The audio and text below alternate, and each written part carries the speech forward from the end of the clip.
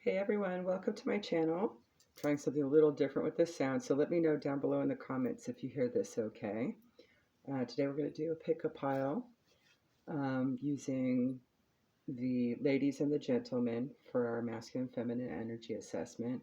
I've also went ahead and sort of pre-pulled freestyle the cards to kind of do some oracles with it, explain what it is, maybe identify the situation so that you know if that story is for you.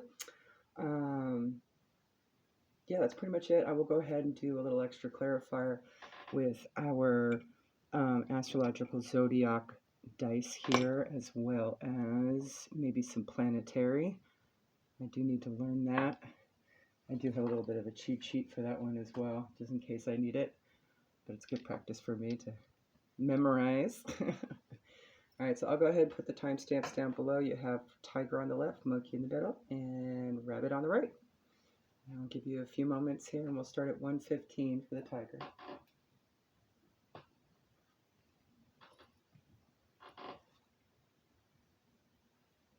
All right, if you chose pile number 1, the tiger,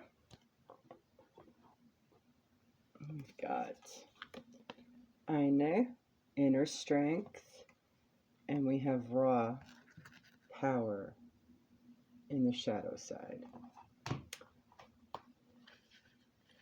Aine talks about inner strength. Her origin is Celtic. She's a goddess of love. She's guiding you to look within for strength. Whether you're embracing a new path, taking a risk, or healing from past pain, everything you're seeking is within inside you. And Ra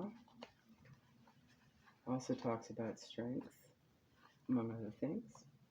Know that you have the power and it is real. This card is an invitation to be your most vital self and develop your power from the inside out. Ra is the embodiment of power, creative power, solar power, power and leadership, and physical power. So powerful was Ra within the Egyptian pantheon that his identity was often combined and fused with other gods' identities. Pharaohs were known as sons of Ra, as a reference to their omnipotence, and all referred to Ra as their father figure. Ra as a deity is an ancient one, but not until the 4th and 5th dynasties did his cult grow to become one of the most commanding.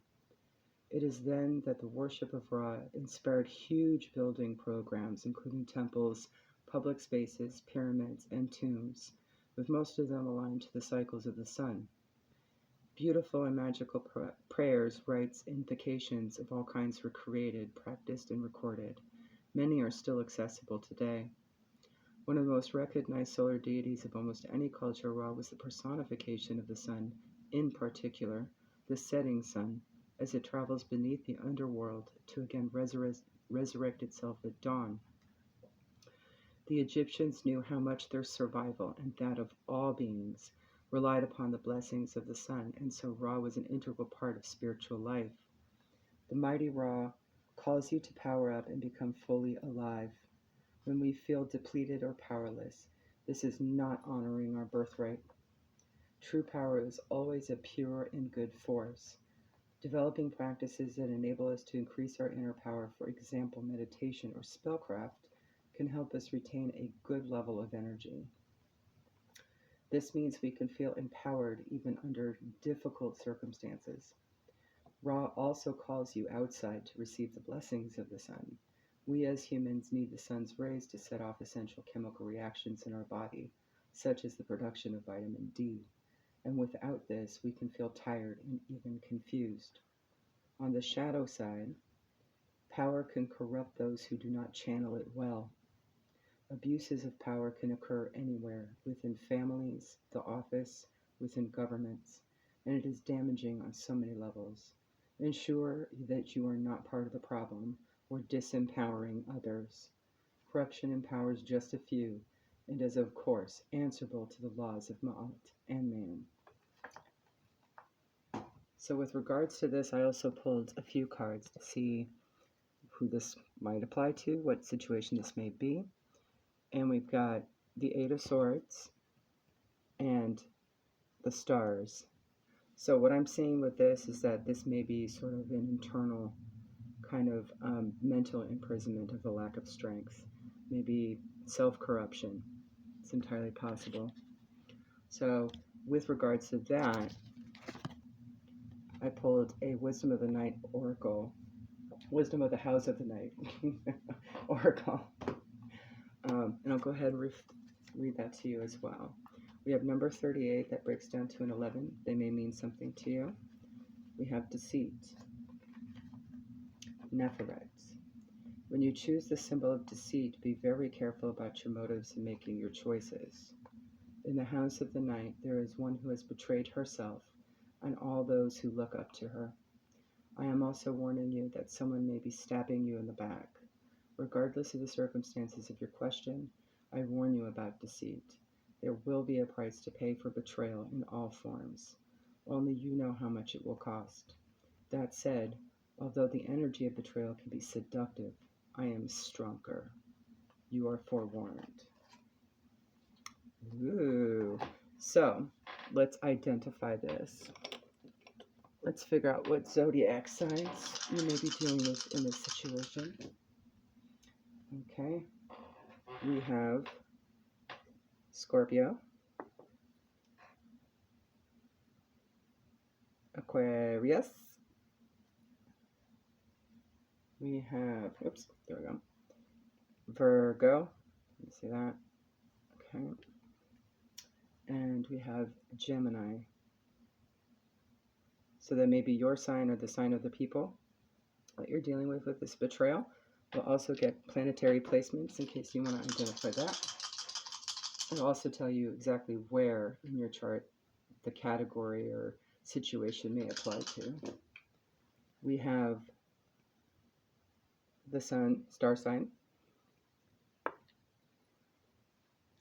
We have Mercury. I have to look. We have the South Node. And we have, which one is this? Where are you, buddy? Oh yeah, that's Pluto. Kind of looks like a person, doesn't it? All right, so for your soul's journey advice, you have acceptance.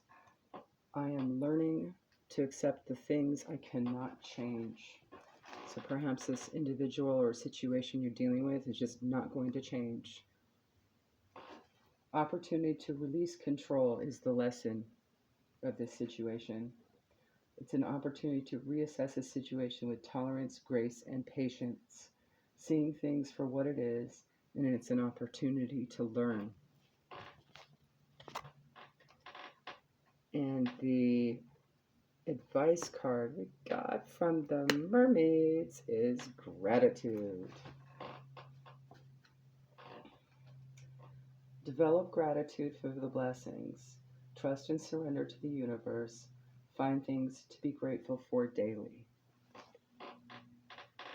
Okay, let's get all these out of here.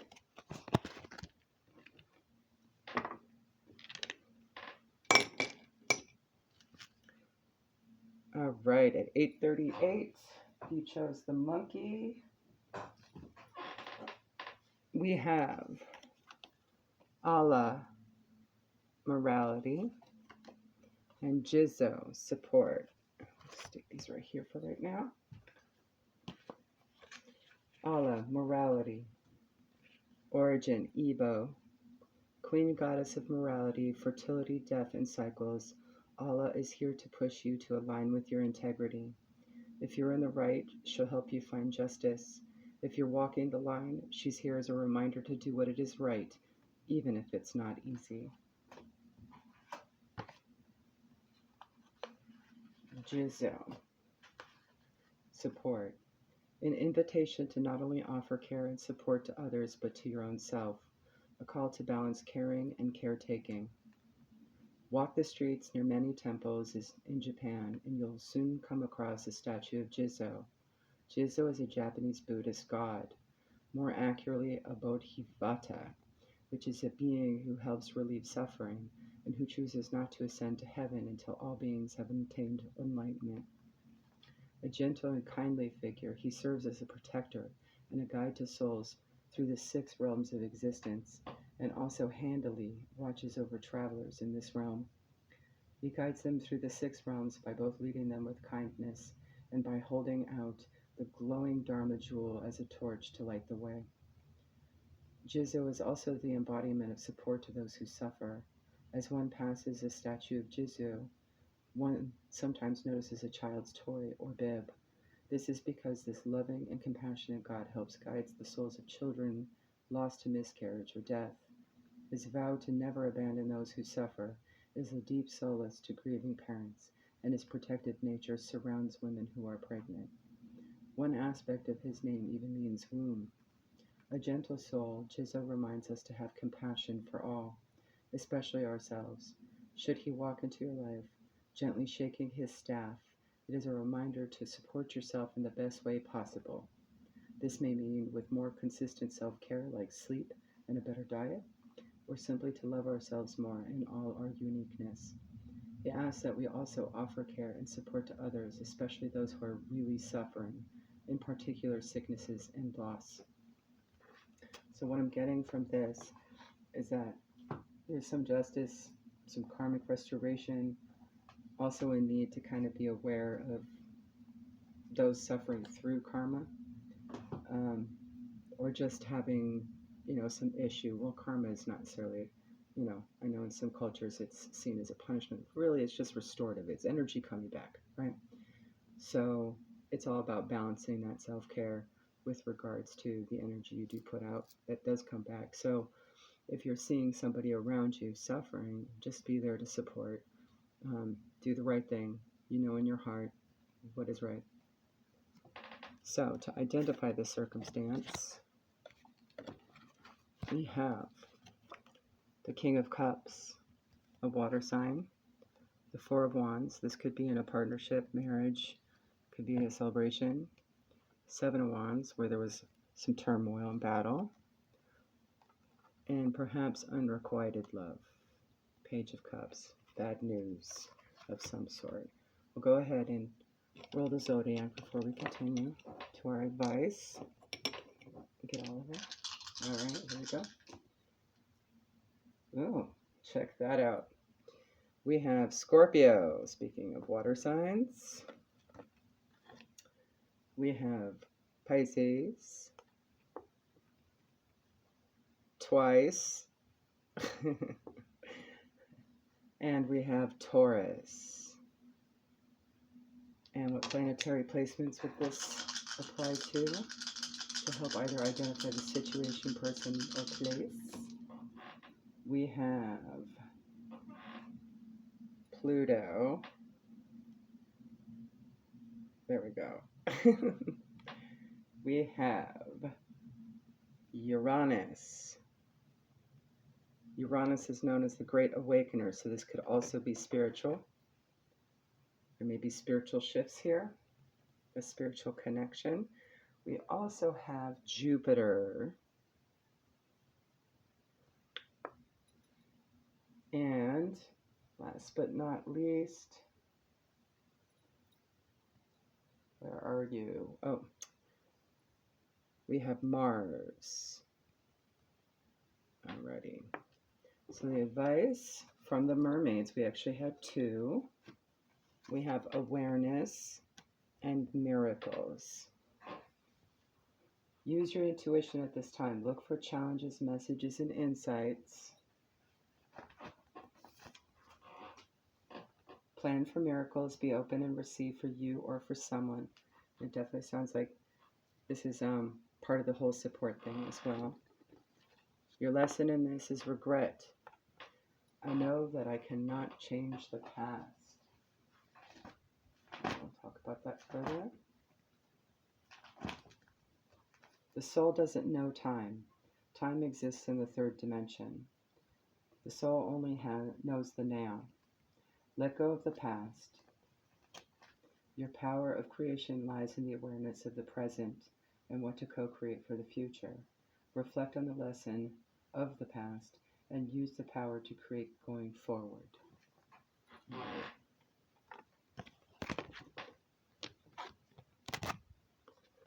Alrighty. At 15 minutes, if you've chosen the rabbit, you have, let's get them all together here. Shankar, Divine Feminine, and Ganesha, Obstacles. Shankar, Divine Feminine, origin, Chinese. Goddess of the moon, Chang'e appears before people to grant their innermost wishes and answer their questions. Look within yourself and indulge in some yin or feminine practices, activities like spending time alone, journaling, or taking a bath to hear her answers. Ganesha, obstacles. Obstacles are removed or placed for good reason. Invite a drama-free life. The god Ganesha is one of the most loved of all Hindu gods. Everywhere you turn in modern India, there is the joyful elephant-headed deity balancing on one leg, often riding a mouse, pushing away your worries and negativity. Ganesha was shaped from the earth by the goddess Parvati. When her husband Shiva returned and saw a young man with her, in his anger he attacked Ganesha, severing his head. Parvati then revealed who Ganesha was, and Shiva sent his soldiers away and instructed them to return with the head of any sleeping being who was facing the north. An elephant was found, and its head was then attached to the body of Ganesha. His life was restored, and Shiva declared that from then on he would always be loved by the community, and his name would be invoked as a blessing prior to the beginning of major undertakings like new businesses, developments, and projects of all kinds. Ganesha is an active god, although many immediately think of him as laid back, as he is often pictured with a sweet on his round belly and seated. In the old stories, he was a brave warrior fighting demons or dancing wildly his cosmic dance, pushing away any lack of flow. He carries an axe which he swings, destroying pride, inertia, and vanity. Ganesha is often seen with Lakshmi, the goddess of prosperity, and they are often worshipped side by side, particularly by business people wanting the double blessing of a successful business without too many obstacles. A statue or picture of Ganesha in your car assists in avoiding accidents and traffic, and he grants peace to a household should his form be placed at the front door. Ganesha is also the patron of writers having penned the epic Mahabharata, and the perfect deity to call upon to break the obstacle of writer's block. So the card pulled to clarify this circumstance for you is the High Priestess. She's also all about inner knowing, supreme, just knows everything. And in this particular deck, she's also talking about going within and doing self-care practices to remove anything that's not clear to her, like an obstacle. I also pulled a few cards, and it's backwards, sorry, from the Kipper deck. So there's going to be a change in poverty mindset, is what I'm seeing here, rather quickly. We'll go ahead and get the zodiacs on this to see to identify the situation for you. You have Scorpio. You have Pisces. We have, Virgo. And Virgo again. Could be heavy aspects, star sign. Go ahead and get some planetaries. We have North Node.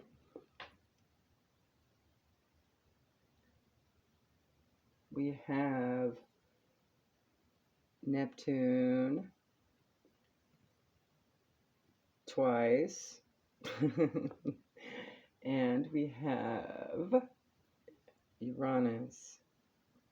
So this definitely feels spiritual as well as tangible, but mostly spiritual. There may be an awakening happening here, as well as to remove any possible shadow work. That's what I'm also seeing as well. We pulled 2 cards from the Wisdom of the House Oracle based on that. So we have 29 movement and 7 High Priestess of Spirit. Sorry. I'll read High Priestess of Spirit first. I am Nyx, Goddess of Night, and you have chosen this symbol to help you guide on this journey to find an answer to your question. Consider that there is an invisible spirit within all living things. Know that all things, events, and experiences are woven together like a magical web that can be seen only in the darkest night and not by human eyes. Thus, High Priestess. My child, everything that you need to know is part of the divine scheme of things. A meaningful coincidence, a blessed friendship, a lover, and a significant experience are all orchestrated by me to help you become the powerful being you were meant to become. No matter what is in front of you, something important is brewing. You will know the answer to the what soon enough, but I keep secret the why. You may step forward knowing that some things are meant to remain a mystery. 29 breaks down to 11 that has significance. Movement. This is a time of change and movement and a symbol for wondrous surprises. If you've been waiting for something, you will soon have clarity. You will get answers you thought would never come, and you will move closer to things that were out of reach before. Perhaps this card predicts a trip that you've always wanted to take. The symbol for movement can indicate both a change of scene and a real shift in the direction of your life. No matter what this symbol holds for your question, know that a wonderful change is now possible. This is the time to make your move. And the lesson we gain from this is loneliness. I know that I am never alone. This is a reminder of difference between lonely and being alone, because technically we're never alone. Spirit is always with us. Our higher selves are with us. Our angels, ancestors, ascended masters. Your spirit guide is always with you. Mine likes to move things, including my hair. What a brat. I always think it's a bug. We joke about it. It's fine. Appreciation of self, or lack thereof, leads to those feelings. You should know that's an illusion. If solitude feels like an affliction, work on healthy relationships with yourself to attract your soul tribe. You are worthy of love. Solitude is a time for inner work. Your spirit, I'm trying to read my chicken scratch here. Your spirit team is always with you. Duh. All right, guys, there you go. Have a good day.